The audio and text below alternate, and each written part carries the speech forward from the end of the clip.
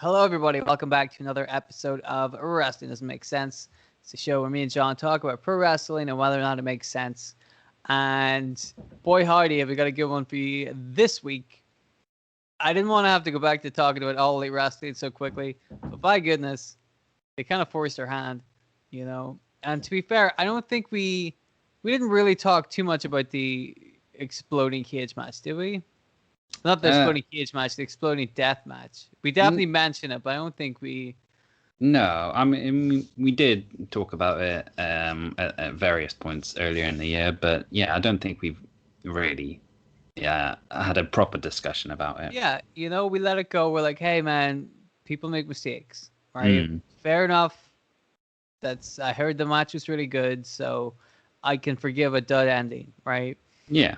But we'd also talked about how AEW had this weird habit of not doing a very good job of hiding some of their spots that they were going to do. For example, if they had a brawl backstage, there would just mysteriously be a big table covered with a black sheet backstage. You're like, oh, that looks normal. Like, and then somebody would go through that table and it would be full of, like, you know, mattresses or something. Like, that's the gimmick table. And it always stood out. Like, it happened so many times where they were just backstage and there was just, like, a clearly gimmick table. The worst, of course, I believe, would be the Stadium Stampede match where Kenny Omega does the one-legged angel to somebody. I don't even remember who. I think it was Sammy Guevara because he got the shit kicked out of him in that match anyway. So why not? And he jumps off some contraption onto just a big pile of mattresses, right? Yeah. Like, it's just out in the open. It's just stuff covered with a black tarp. Like, it's not... Why is it there in that football stadium? It looked really out of place, right? It didn't look good. Yeah. So once you factor some of this stuff in, you're like, well, okay, you know, I can forgive one mistake, but if you just don't know that this stuff doesn't look good, then, you know, I don't know what to tell you, buddy. So that brings us to current day, where All Elite Wrestling have put on a magnificent blood and guts show. It was so good that they couldn't put it on a pay-per-view. They had to give it away on TV, right? It was such a big event that they had to do it, so they had to do it on free TV, which meant that it had to be just cut the shit up with adverts. Like, I'm no rocket scientist, but if you have an hour-long match on your TV show, you have to be able to pace it out right to accommodate the advert breaks, right? Which works okay if on the rare occasion you wanted to do a Iron Man match, for example. You can easily pace that out for a couple of rest spots where you can cut to the break. Yeah. If you have a cage match, a bloody, violent cage match, double cage match with two people who apparently want to beat the shit out of each other, I thought you could easily come up with some rest spots to do in the breaks for that too. But apparently I was wrong. So we watched the match. We watched this blood and guts match. Against my better judgment, I watched this match. And to be fair, for full disclosure, I watched it on ITV on their recap show. So their recap show is only an hour long, and therefore I might have missed some stuff. You know, they might have cut some stuff out. I tell you what, though, I really want to talk about this. They somehow had time for the Kenny Omega promo.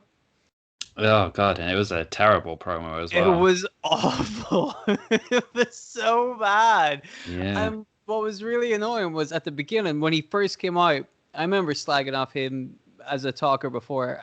And when it started, I'm like, you know what? This isn't too bad. Maybe they do this to me every time. You know, they draw me in and make me think, oh, maybe I overreacted. And then instantly, like the promo went on forever. And then Orange Cassidy came out and let them just punk him for he just stood there and they made fun of him for forever. That went on forever. Yeah. That was not good. I don't understand what the fuck. But anyway, all I'm going to say about that is it was one of the worst things I've ever seen Kenny Omega attach his name to. I don't get that. I don't mind Omega. I think he's all right, but that was terrible, man. That sucked. So already 15 minutes of this program have been taken up by that promo. So obviously they're going to have to cut some time out, which is why I think that the version I watched might not have been the full, complete package. However, I watched enough of it. Oh boy, did I watch enough of it to know that I didn't care for it. And that's going to surprise a lot of people, right? Yeah. And I wanted to like it. I heard it was all right, and I watched it. I'm like, this is not all right. What did you think of it first? Let's talk about that. Well, I mean, the match itself, I kind of understand the sort of layout for it, where they're going as hard as they can, like in terms of busting each other open, having like blood and stuff, so it looks as brutal as possible, because they obviously want to make this like a marquee match which they can come back to down the line and just like milk for years to come. So in that respect, I kind of I totally understand why everyone was like bleeding heavily and whatnot, but at the same time, it just, I don't know, it felt a bit forced and a bit I don't know, lifeless, and there wasn't anything really that kind of stood out and made anyone look really good from it, which is a shame. You'd think there'd be like some spots in there which kind of just elevate people and get the audience talking and stuff. Like, oh wow. well, yeah, in a good way. I mean, not in a way that we've seen over the last week or so. Yes. But as well, like you mentioned, like the whole commercial breaks thing really hurt it. Like they'd go to break and then all of a sudden someone else was in the ring. Like Wardlow has just suddenly appeared in the match, and like how MJF suddenly appears on top of the cage, and the announcers have to scramble to tell you, oh, it was Short Spears who managed to get the key to open the door. It's like, oh, right. Great. I didn't see that. I didn't understand why, because sometimes people are outside the cell. You're like, how? How'd you get out? Also, I didn't get why people were climbing up the cell on the inside, right? No. what the where you go? There's they do this weird spot with Jericho where Shawn Spears is like climbing the cage, and then Jericho climbs up after him, and then like pretends to choke him on like the middle strut of the bars. Yeah. And then just leaves him there, like hanging off the side of the cage. And he just runs off. He just jumps down and runs after Wardlow. Yeah. You're like, what? What? So then he just had to, I guess, climb down carefully. Like, why would they do that? This is what annoyed me about this match. There was loads of just stuff like that. Stuff that didn't make any sense. Stuff that was just... And again, it's why I don't watch All Elite Wrestling, because I don't like stuff that just happens. It doesn't make any sense. But there were plenty of times where people would just... Like, there was a bit where Jake Hager and Wardlow were fighting, and they were fighting, like, in the wee bit between the cage and the ring ropes, right? Yeah. And they would just, like, lean the other guy up against the ropes and then hit him, and then they just swap. They'd both just turn around, and then the other guy's against the cage. I'm like, why is that happening? I don't like that stuff. Dude, this match, well, it started off like really sloppy. Really sloppy, right? Which I didn't like. And then it started to kind of pick up a little bit in the middle. Like, for some reason, Sammy Guevara, who I don't mind, him and Shawn Spears both looked really sloppy in this match. Like, they were missing stuff, or they were out of position, or they were fucking around. Or, like, there was a bit where Shawn Spears was, like, punching somebody. And they have to cut away because once again, he's clearly missing by like a long way. And you're like, this is like you said, dude, this is your big marquee match, right? Yeah. If this is your big marquee match, number one, why are these guys buying so much time when they could be doing, like you said, making a name for themselves? There's a really weird bit where something's happening in one ring, and then one guy I think it was Sean Spears, somebody wanders away towards like the middle section where the rings join, where they meet. Mm-hmm. And I think it's Sammy Guevara jumps. No, they both. Sammy Guevara and whoever he's talking to both jump up onto the ropes. Yeah, yeah.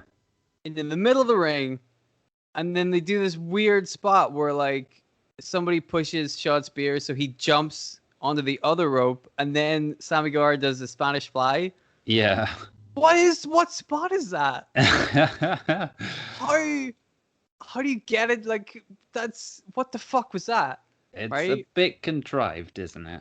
It's so nobody naturally gets into that position in a cage match. Again, I think that's one of the things that got me as well. I'm like, you're in a cage, you can't think of anything else to do. Maybe hit him with a cage, right? Shit like this that annoys me. That's like, surely it's pretty basic.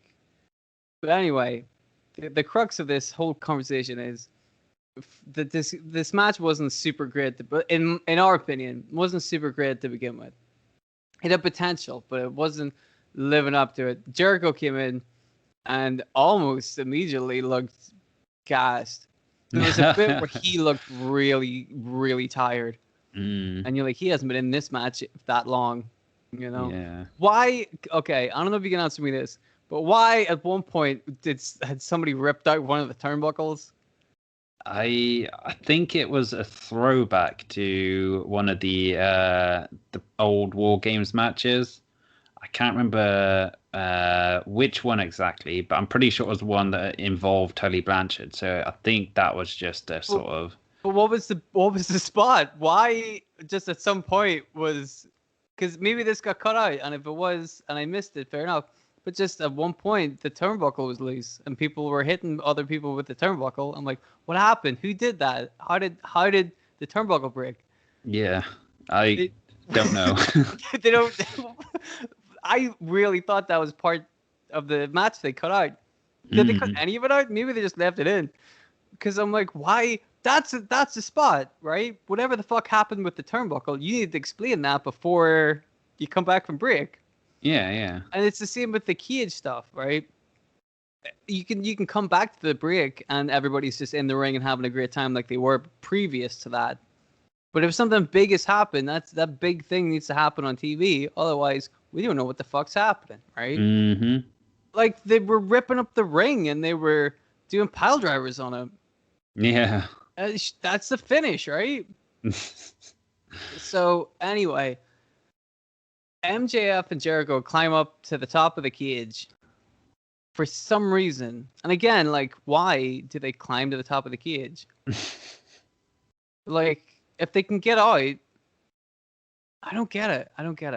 Well, I mean, let's not be too critical here, because you can say the same thing for, Hell in a Cell. I agree completely, though. I'm like, why you had to hide on top of the ring? Okay, so they climb up to the top of the ring, or top of the cage, to set up an eventual fall, right? Mm-hmm. Because that is what that Hell in a Cell match has given us until the end of time. Yes. It's just people falling off a big cell.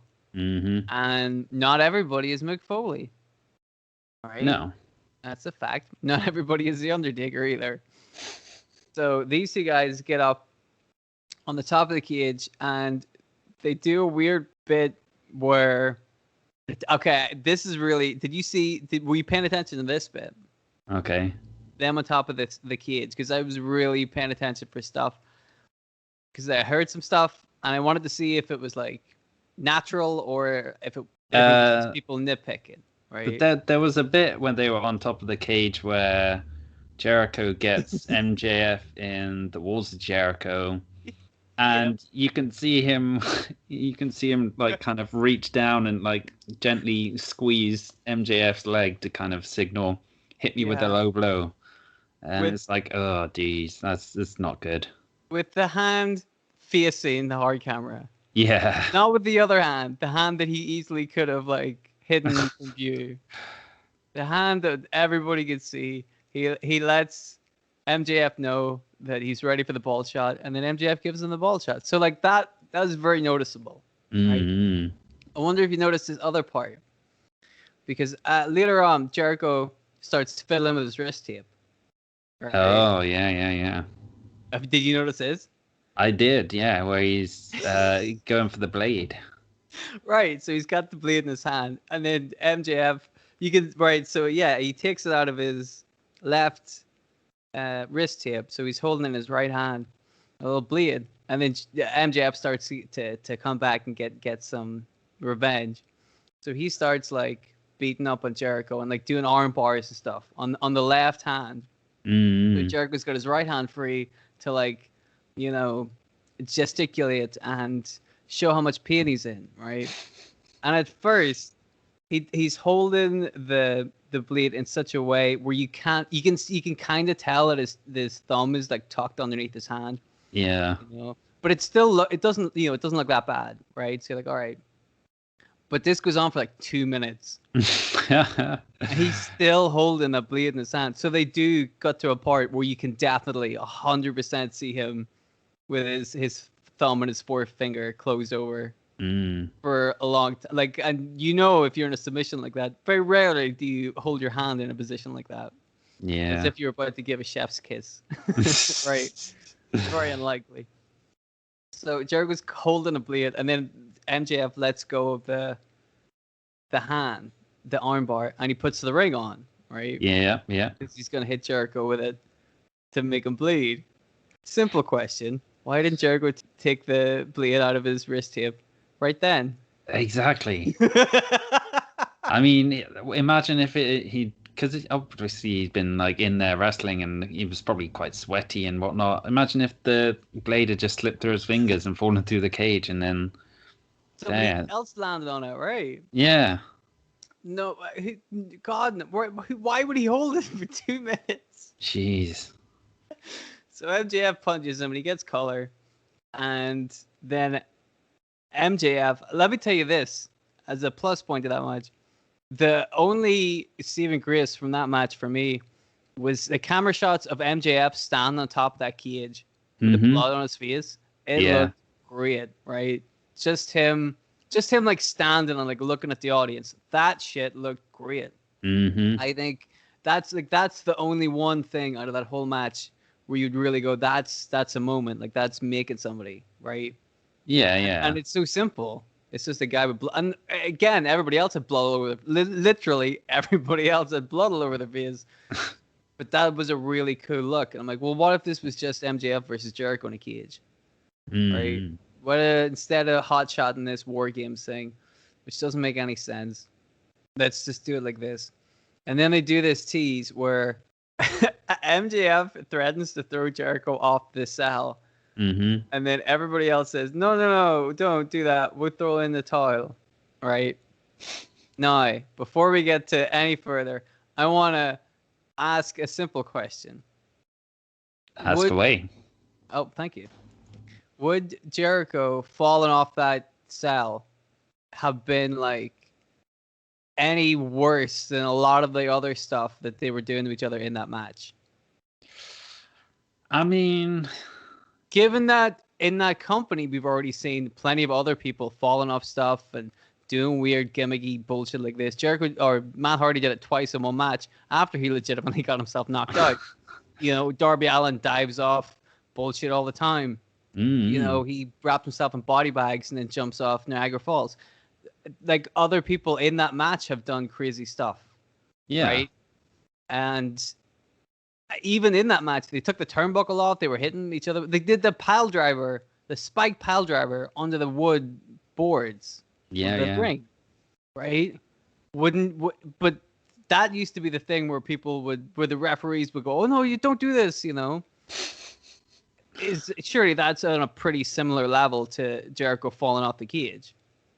Well, I mean, you got to think as well, like you mentioned before, like AEW has a tendency to just leave random crash pads and cardboard boxes around. So chances are he's probably going to land on one of those, isn't he? Right. That's also a really good point.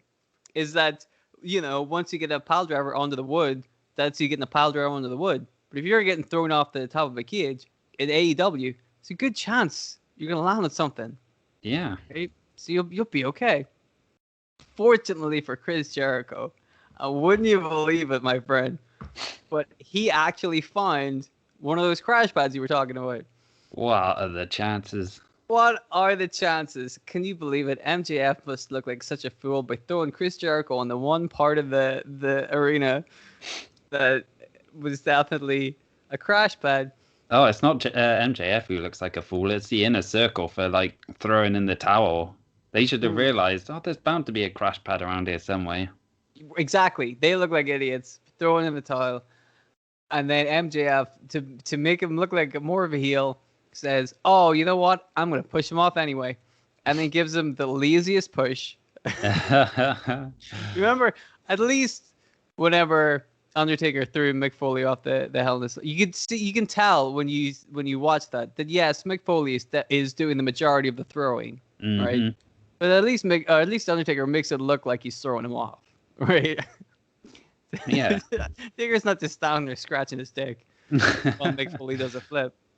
So MJF lazily throws Jericho backwards, and Jericho falls very safely backwards onto some cardboard and sponges and mattresses, and a very strange looking, like, I guess, what would you call it? Cardboard that is textured to look like aluminium, like steel step stuff. 100%. Yeah. I mean, it was so thin, and I mean, yeah, the way it moved. When he hit it, it bends like paper, like cardboard. Yeah. Like, come on, you gotta be shitting me, dude. You thought that's what was gonna happen? You thought that was gonna look really good when a guy lands on top of it? It doesn't bend metal when you hit it. All right. Yeah. Surprisingly, resilient. You might leave a dent, but you're not gonna make it move like that. So that was what people were talking about this match, is because of the spectacular ending. Once again, All Elite Wrestling have delivered just a real like what's the phrase for it? Like a damp squib ending. Damp squib is exactly what I was thinking of. Yes, it's a real downer. Yeah. Like the rest of the match, like I said, I didn't like it, but some people are into that kind of stuff. So like, if that's what you were digging, fair enough.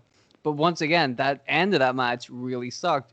So Jericho's lying there in no pain whatsoever, and he keeps opening his eyes and looking at people.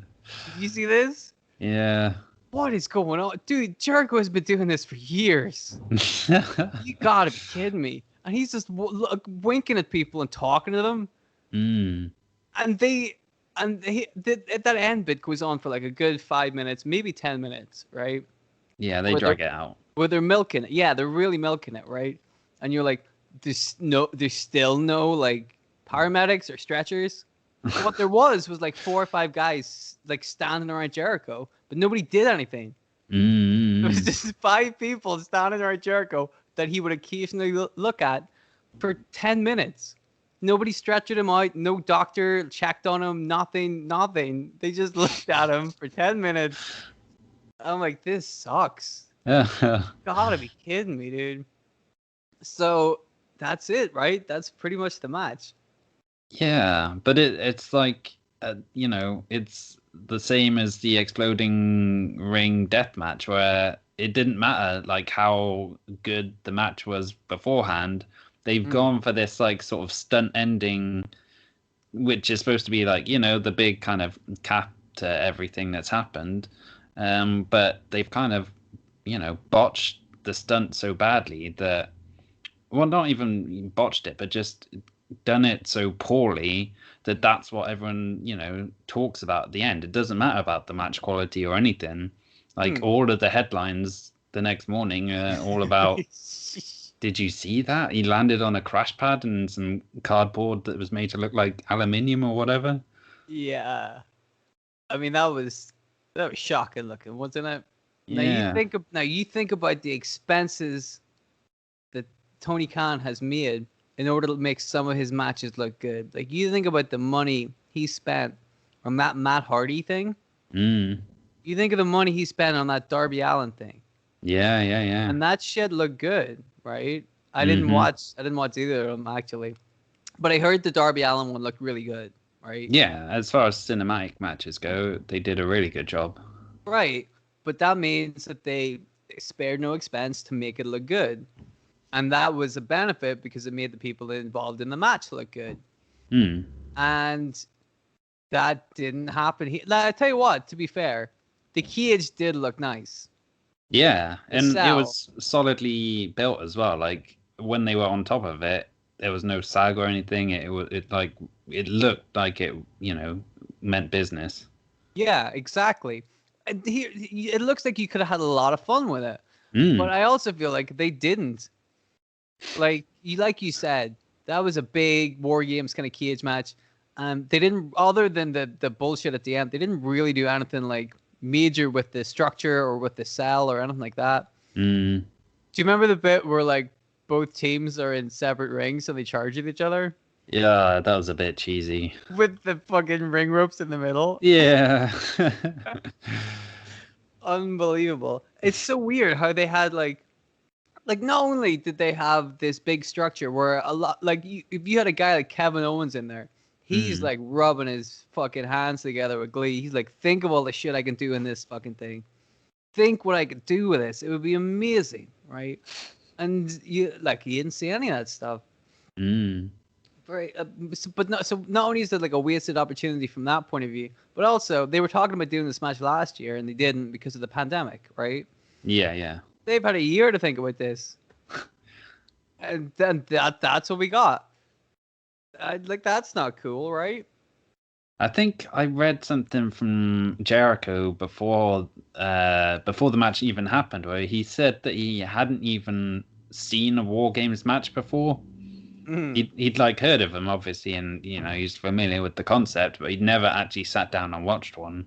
So you would have thought, like, he would have done his homework a bit to kind of get the juices flowing and kind of think of ideas that he can do and stuff like that. But I, it's a bit I disappointing.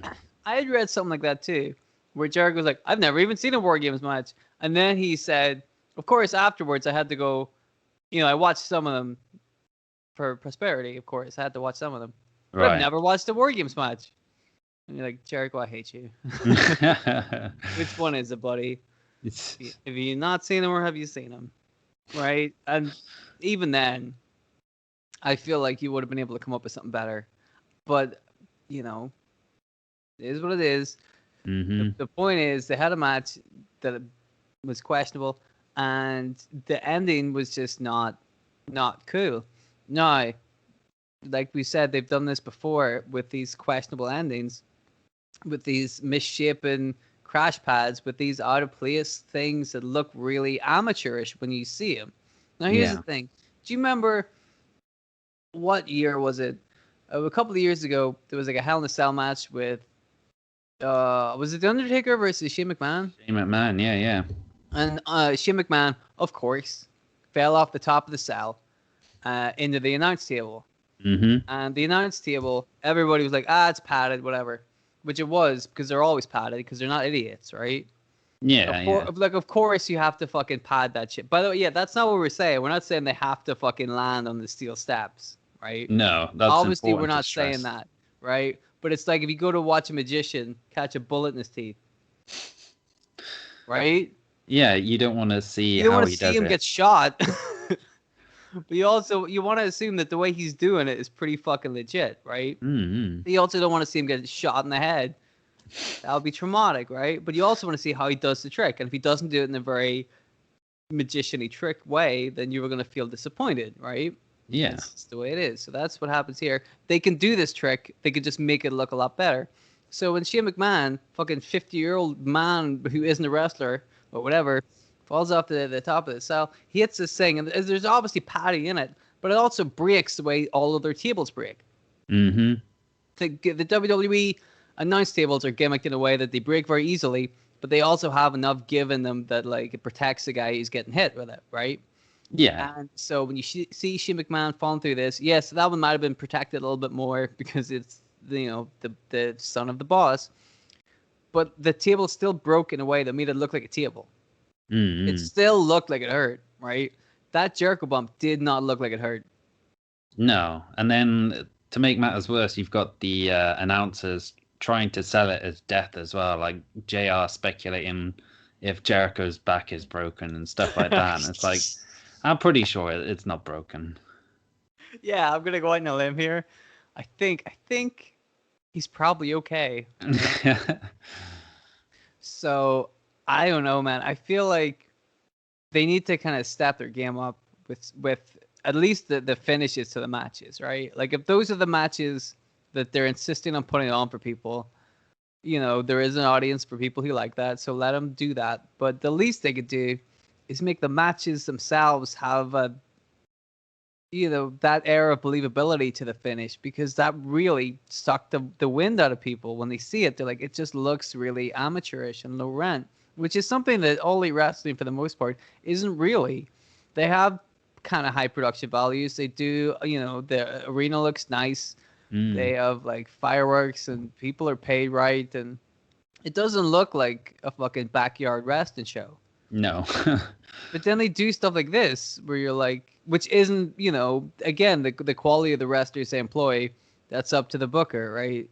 But so I'm not going to comment on that. The style of matches involved, that's up to the booker. That's not my criticism. But the other stuff that they can control, they're being really sloppy with it, and they're letting people away with stuff that doesn't make any sense or that looks like shit. How did nobody figure this out? Yeah. How did nobody jump off that and look at it and go, hey, maybe we should gimmick this a little bit more? Right? It's pretty baffling, really. I mean, I've seen people on Twitter say, like, well, stress to make the point that it's all about, when you do these kind of stunts in wrestling, it's all about like two things, where you kind of have to make sure the stunt is safe for whoever it is, performing it, but at the same time, it has to look good as well. And if it doesn't do both of those things, then you shouldn't do the stunt in the first place, because it's like we've seen with this blood and guts and with the exploding death match. It completely undercuts whatever good vibes you get coming out of it. It just it creates a point that you don't want, and makes you look amateurish. So Right. It's a negative talking point. People are talking about your show, but not in the good way, yeah. which is not a good look for a company. I want to talk about something that we talked about a long, long time ago. It's a triple cage match from WCW. Do you remember talking about this match? Yeah, vaguely. Do you remember what happens at the end of the match?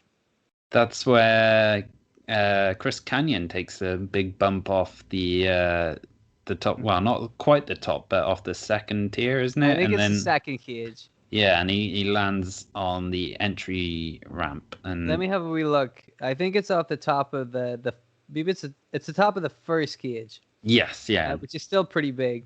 And he lands on the big entrance ramp, right? Mm-hmm. So they did this spot in the year 2000 in WCW, who, as we all know, doesn't have a very big track record for getting everything spot on. May I remind you, this is a triple cage match involving David Arquette, DDP, and Jeff Jarrett. Not perfect. And also, this spot comes out of nowhere. Like, Canyon and Mike Awesome aren't in the match. and yet they do this spot, right? But, and you can look it up, it's available on WWE website themselves. You can go and watch it. Canyon hits the entranceway, and obviously you can tell that it's gimmick because of the way it crumples, right? But also when you watch it, like, it doesn't seem like it has a whole lot of give to it, right? No, if you know what I mean. It seems very protected. It seems very safe, and also kind of like, but it looks great, right? You look at that, you think that's not the way that an entrance ramp would, collapse. But at the same time, once you see that, the way he impacted and the way he's reacting after that, you're like, that actually looks legit, right? Yeah. But clearly, it's been gimmicked a lot. Now they did that, and they made it look way better than All Elite Wrestling did in 2021. Almost 21 full years later. Like, come on, man, right? Yeah. That's bizarre. Tony Khan, he's a big fan of wrestling. He should know this stuff. It's kind of the way wrestling's gone, though, like over the last 20 odd years, pretty much ever since King of the Ring and, Mankind taking the big bumps off for the Hell in a Cell. Like now, these kind of major matches almost have to have these stunts involved in them. Mm-hmm. Like from in terms of audience expectation and stuff. And if you don't do those spots, then it almost feels like you're letting the fans down. So I get why, they feel the need to put these things in there and try and do something big and outlandish and, something that looks pretty devastating. But at the same time, you just have to do it well, for God's sake. I mean, if you can't do that, then, like I said before, don't think of something else. Like, there's got to be other ways you can create those moments which will look better and reflect better in terms of the reaction after the show. Yeah, dude, I agree. I feel like there's no way for them to book themselves into corners like this. I don't like the fact that now every time we have a big match, we do have to have some kind of big climactic, like death-defying thing like that. But again, like that was already the style of the time back in the Attitude Era. They always had it was very punchy, very quick, and they weren't really given a whole lot of thought to the future. No, definitely not.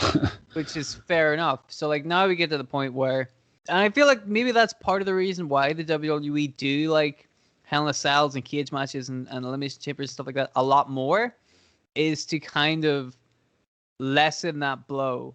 And you'll notice that there have definitely been some elimination chamber matches that do have like some big fun spots in them, but they're not like crazy death-defying things, right? Nobody's about to get dead. They're not going to land on concrete or whatever.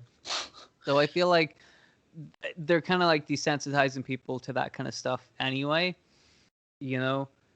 Again, whether or not that's a good thing or not, that's debatable, because like you said, you could just not have so many big cage matches. That's also an option. But All Elite Wrestling have a real habit of just kind of flying in by the seat of their pants and just doing stuff for the sake of doing it, right? Yeah. Which I don't like, because that to me would show off a lack of proper booking. Because if you're so willing to jump into all sorts of gimmicky matches and bullshit stuff so quickly, it means that you haven't really planned a whole lot of stuff out very well. But disregard that. When was the Exploding Ring? Is it January? I believe it was around sort of January time, yeah. All right, so at their last pay-per-view, All Elite Wrestling had a big high-profile match with a dud ending. Coming up to their second, is it their second pay-per-view this year? It probably is. A pay-per-view. Yes. Coming up to a pay-per-view, they have again blown the finish to a big high-profile match. A match that I don't see why it couldn't have been on the pay-per-view. Because like, why are all of these guys going to be involved in something different? Like, I don't see why they said, "Oh, we got to do the cage match 3 weeks before the pay-per-view because we really need, Jake Hager for this other match." Doesn't seem necessary. They've shot themselves in the foot in another high-profile match right before another big pay-per-view, which is not so good. Although again, they haven't really. This is what's so back. This is why I'm really trying to struggle getting this shit out, because it doesn't make any sense. They haven't built up. They had 3 or 4 months in between pay-per-views and didn't. We were complaining about this last week. They haven't built up a credible contender to Kenny Omega for their next pay-per-view. So to combat that, they just aren't going to, and are giving us Pac versus Orange Cassidy to lead up to the main event of their next pay-per-view. The WWE would do this sometimes, and their excuse is that they only have a month in between their pay-per-views, so sometimes they have to throw that shit together. But what's All Elite Wrestling's excuse? They just didn't bother. Absolutely, yeah. So now their pay-per-view, which could have been main evented by this spectacle match, where they could have ironed out all the kinks and they could have left people and let them go home happy with with a big memorable set piece that they figured out and made it look pretty good. Instead, they gave it away on free TV where it had to be cut up with loads of adverts, and the and the end of it sucked right before their big pay-per-view. So already, so now going into it, the buzz is negative. Mm. It's like you don't have a good match to headline this show that you want people to spend $50 on. You had a match that could have done that, and you butchered it and threw it away on free TV, and had a shitty finish that really turned people off. Yeah. And that they haven't done a very good job of trying to cover up. They had to do an awful lot of back scratching to cover up the ring exploding. But, now they're just blocking people and banning people on Twitter from showing footage of the Jericho thing. It's not a good way to do it. No. So, I don't know. I find this whole thing mystifying. And there's still people who are going to buy that pay-per-view. They love All Elite Wrestling. They can't do any wrong. Despite the fact that they've clearly and demonstrably done some stuff wrong in the past. I mean, it's right there, and we've just seen it. Right? But they're going to defend that shit to the hilt. Fair enough. But logically, given what we've just seen and what I've just explained, it wouldn't really entice anybody to spend $50 on that pay-per-view. Right? Now, I guess they've still got a couple of weeks to go and make it big. Yeah. But then again, you're like, well, what's the finish to Omega versus Orange Cassidy going to be? Because that's obviously going to be the match. Yeah, so, after the tease on this week's Dynamite, surely. I mean, that's, the tease? Yeah, well, yeah, I didn't say it was a good tease. One of the worst segments in wrestling history. What's the stupid finish to this match going to be? You know? Is Jericho gonna kick Omega into space? But it's just a CGI background or whatever. I don't know, man. That's the way I feel like right now is that they've kind of leaving a bad taste in people's mouth with the way they're finishing matches. Big, important, high-profile matches. They're not being taken care of properly. They're giving off a very bad image as to professionalism, and this is their job. They're supposed to put on decent wrestling matches. Yeah. And sometimes they make it so easy to get taken out of the matches anyway. Like I said, the fucking backflips off the middle ropes. That's such an unnatural spot that the shit like that happens all the time. That takes me out of the matches. Other people love that stuff, right? Yeah. But to me, they do so much stuff that takes me out of the matches anyway, and then take you out of the match right at the end. I don't know, man. I don't get it.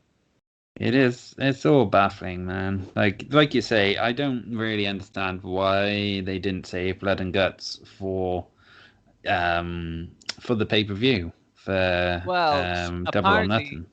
Surely, apparently, the reason they weren't able to do the pay-per-view is because they hadn't figured out how to be able to tape more than one match with that setup.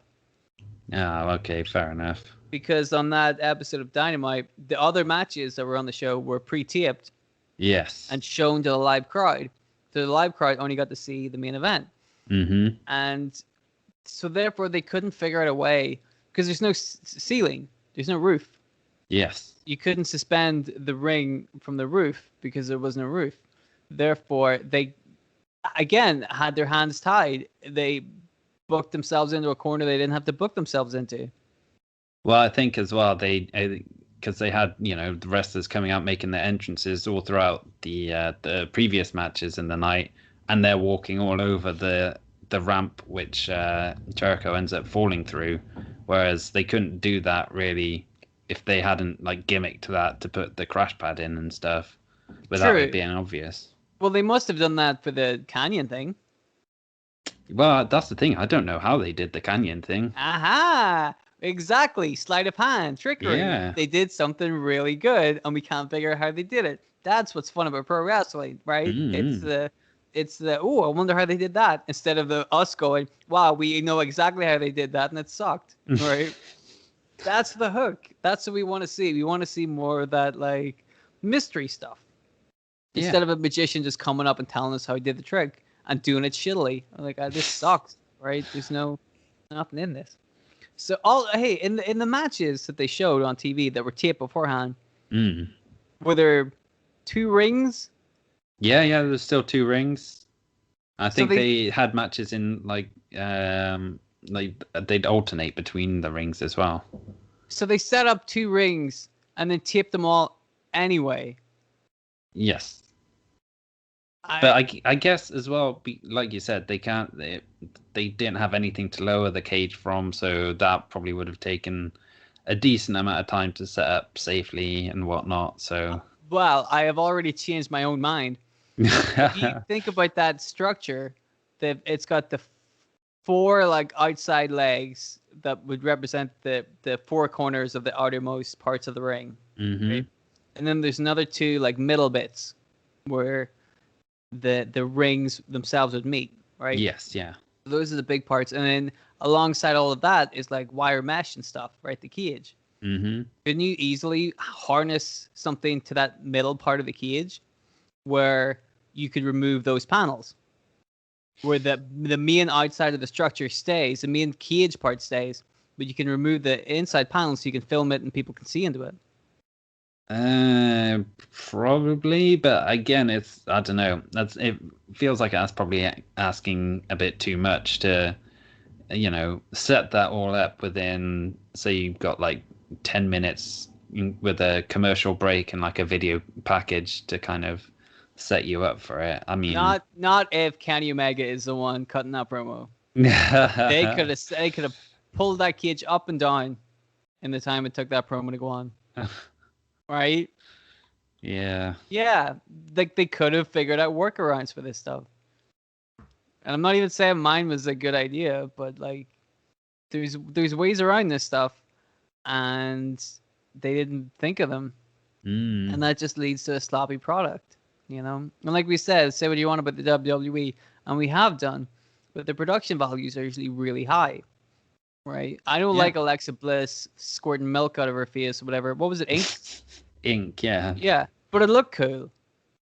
Yeah, I right? mean, it did like a really good like visual. I thought of her just with his stuff streaming on her face. I thought that looked cool.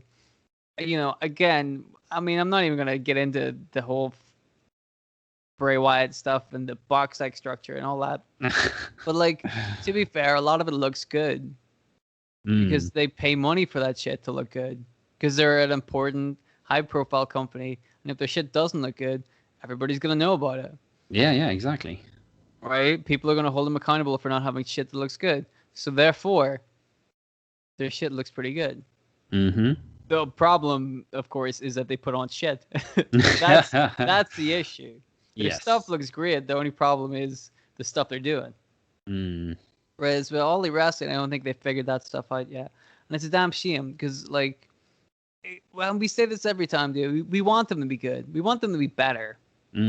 And they can be better. They have all the talent there. They can do it. They can book, like, if you've got the greatest booker of year 2020, then I don't see why they couldn't actually do a good job of this stuff, right? But they're not doing it. And that's interesting. It's a very strange thing to be doing a bad job and then to totally ignore anybody who tells you you're doing a good job, right? Or doing a bad job. Yeah. Because that's a big thing. I see that with All Elite Wrestling a lot, is that they feel like they're impervious to criticism, which is strange because nobody is.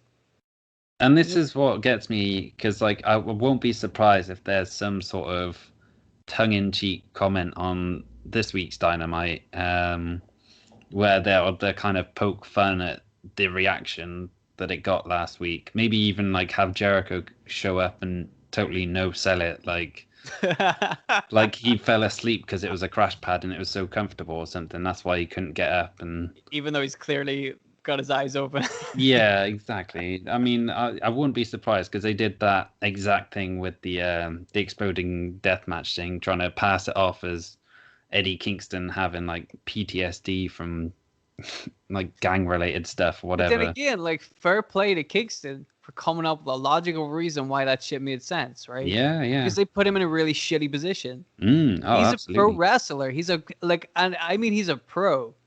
In that company, Eddie Kingston is a fucking pro, and he does his stuff, and it looks real and believable. He's a great promo, right? Mm-hmm. They put him in a shitty position. They made him and Moxley like supposedly the two toughest guys in that company. They made them look like idiots, Yeah. and either that's on purpose or it's not on purpose. And if it's not on purpose, they need to up their game. Mm. And if it's on purpose, I think we're looking at WCW 2.0. We'll bury this guy.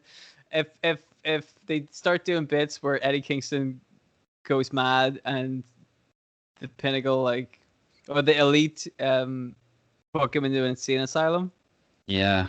Bury him in the desert. they bury him in the desert.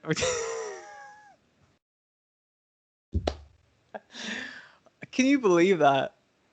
Ric Flair, what is he? 16-time world champion, and they were like, "Fuck this guy," over and over again. Yeah, I know. Man, that shit's funny. So yes, basically, we don't want to see AEW turn into a carbon copy of WCW. However, in my opinion, they're not that far away, dude. Well, yeah, that's a topic for another time, I think, because it does sometimes feel like it is very much, Kenny Omega and the Young Bucks show, and like the rest of the roster are just there to, fill in the time when they're not on screen. Exact. Where's Poochie? Yeah, exactly. Yeah. We're gonna wrap things up really quickly, but I just want to ask one little question related to the possibility of this being a WCW reboot. When do you think, my good friend, when do you think we're gonna see a character such as the Fat Chick Thriller in All Elite Wrestling? That's a good question. Because I feel like we are days away. Yeah. Well, in theory, they'd have to sign away like a big name talent from somewhere else first, and then uh, completely cut their legs out from under them. So, Christian. yeah, well, I mean, they've not done a whole lot with him so far, but at the same time, you kind of think, well, realistically, what could they do? Exactly. They spend a lot of money on him. They need to get him on TV somehow. What gets people on TV better than a wacky gimmick? Mm. There you go. Sorry, Christian, but that looks like that's the way that's going to end. So, basically, what we're saying is the ending to the Blood and Guts War Games match didn't make any sense. That's what we're saying here. Is there anything else you wanted to say about that match and the circumstances surrounding it? Just that this is essentially like the third time where we've had one of these issues now where the finish to a big marquee match hasn't looked good in AEW, and it's kind of getting to the point where they need to hit a home run at some point. So fingers crossed they're learning from all this, because let's face it, they are still a relatively new promotion as well. So you kind of want to give them a bit of leeway and hope that they'll kind of improve as time goes on. So fingers crossed they kind of learn something, and next time it doesn't look so bad.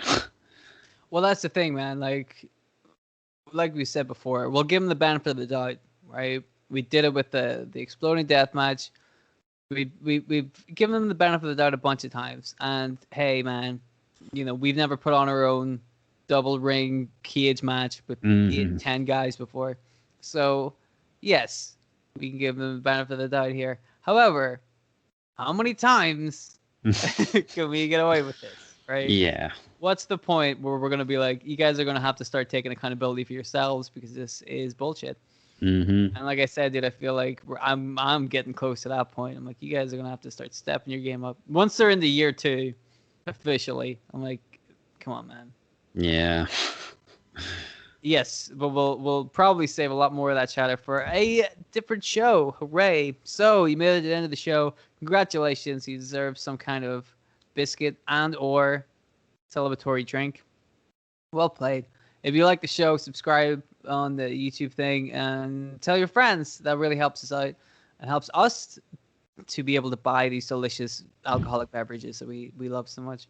And the biscuits. And the biscuits. We do like nothing is better than drinking a pint and eating a big thing of biscuits. Yeah, of course, yeah. Let me tell you. Have you ever heard of Maryland biscuits? Like the cookies. Yeah. Yeah. I want to just make it clear that we're not sponsored by Maryland, but they were doing this like cookie and cream kind of flavor, like with white chocolate like chips in it. That shit was delicious. So fucking good, man. So I got them at Tesco's. I don't know if they're still there, but like £1.50 or whatever for a big thing of those. Hell yes. Anyway, hey, Maryland biscuits, if you want to sponsor the show, we're right here. But until then, we will be back next week. We'll have another episode of River Rest. It doesn't make sense. Going to deliver it to you, and it'll be great. So we'll see you then. Thank you very much for listening.